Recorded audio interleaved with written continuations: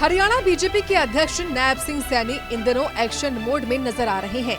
उन्होंने पंचकुला में नवनियुक्त 22 जिला अध्यक्षों के साथ बैठक की।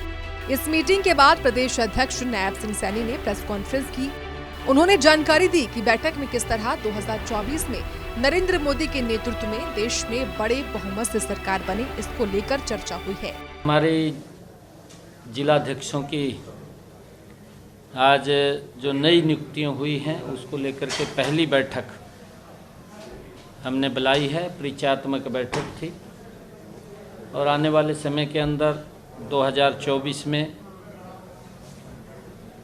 जो आदरणीय नरेंद्र मोदी जी के नेतृत्व में देश में तीसरी बार सरकार बड़े मैंडेट के साथ बने, उसको लेकर के जो कार्य योजना चल रही है, जो आदरणीय प्रधानमंत्री जी की एक यात्रा चली है विकसित भारत संकल्प यात्रा, उसको लेकर के और जितनी अन्य योजनाएं चल रही हैं, चाहे वो केंद्र सरकार की हैं, हरियाणा में आदरणीय मुख्यमंत्री मनोहर लाल जी के नेतृत्व में चल रही हैं, और जिन योजनाओं का डायरेक्ट कहीं न कहीं लाभ पहुंच रहा है ग्राउंड के ऊपर, या कोई व्यक्ति छूट गया है कि उसको सरकार की योजना का लाभ नहीं पहुंच रहा, इस विकसित भारत संकल्प यात्रा के माध्यम से उस व्यक्ति तक सरकार पहुंच रही है, उसको भी जोड़ने का काम कर रही है।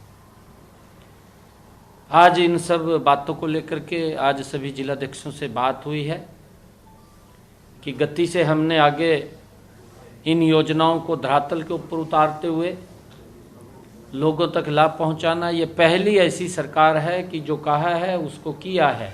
नायब सैनी ने हरियाणा कांग्रेस की गुटबाजी पर भी तंज कसा और कहा कि हरियाणा कांग्रेस के लोग दो धाराओं में बटे हुए हैं, ये धाराएं एक साथ नहीं हो सकती। देखिए, इसी प्रकार के सगुफे छोड़ करके लोगों को गुमराह करते हैं। अब अगर इनके संगठन की बात करें, जो वो बात कह रहे हैं, संगठन के अंदर इनकी दो धाराएं हैं और दो धाराएं वो आपस में नहीं मिल पा रही हैं। अगर मंच के ऊपर वो दो धाराएं बैठती हैं तो वहाँ पूरा का पूरा प्रदेश देखता है क्या जुत्तम प्लेट वहाँ पर होता है, एक दूसरे के ऊपर छींटाकशी होती है, एक दूसरे के ऊपर आरोप प्रत्यारोप मंच के ऊपर हो जाते हैं। इस प्रकार का इनका संगठन है और संगठन दिखाई नहीं देता। अभी मेरे ख्याल से मात्र 2 महीने भी नहीं रहे, 2 महीने के अंदर हमने, अभी मेरी अपनी कार्यकारिणी थी, मैंने मात्र 5-7 दिन के अंदर कार्यकारिणी बना करके आज उसकी लगातार बैठकें भी मैंने कर ली हैं। हमारे पास पन्ना से लेकर के प्रदेश तक मजबूत कार्यकर्ता एक चैन है, कांग्रेस के पास नहीं है। कांग्रेस की हालात ये हो गया, मैं कहना चाहूँगा, वो असरानी एक 16 फिल्म का डायलॉग है कि आधे इधर आओ आधे उधर आओ, बाकी के मेरे पीछे आओ। पीछे तो कुछ भी नहीं है कांग्रेस के पास, ये हालात कांग्रेस की है। प्रदेश भर में ईडी की रेड को लेकर भी नायब सैनी ने प्रतिक्रिया दी है और कहा है कि ईडी स्वतंत्र एजेंसी है, वो कार्रवाई कर सकती है।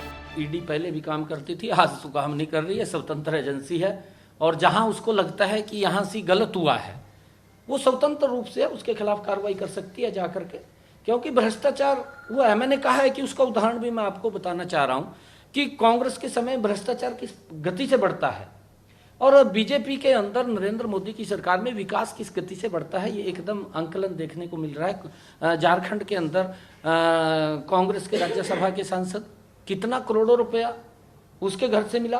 अरे ईडी काम नहीं करेगी तो और घर बैठी रहेगी क्या? आज हर देश के अंदर वो सरकार नहीं है कि आंखों के ऊपर पट्टी बांध रखी है। आज देश के अंदर वो सरकार बैठी है जिसकी आंखें खुली हैं और वो देख रही है जीरो ग्राउंड के ऊपर कि कौन व्यक्ति किस व्यक्ति तक सुविधा नहीं पहुंची, उस तक सुविधा पहुंचाने का काम और नरेंद्र मोदी की सरकार का दिया। ये तो आरोप लगाते हैं, इसका राजनीतिक ये फायदा लेना चाहते हैं कि ईडी ने ये कर दिया, ईडी ने वो कर दिया। काबिले गौर है कि हरियाणा बीजेपी के नवनियुक्त अध्यक्ष नायब सिंह सैनी ने अपनी नई टीम तैयार की है। बीजेपी की नई टीम में 11 जिलाध्यक्ष नए बनाए गए हैं, जबकि 11 पुराने जिलाध्यक्षों को दोबारा काम करने का मौका दिया गया है। प्रदेश भर में हर जाति और वर्ग को प्रतिनिधित्व देते हुए महिलाओं का भी खास ध्यान रखा गया है। सूर्य समाचार के लिए पंचकुला से रवि चंदेल की रिपोर्ट।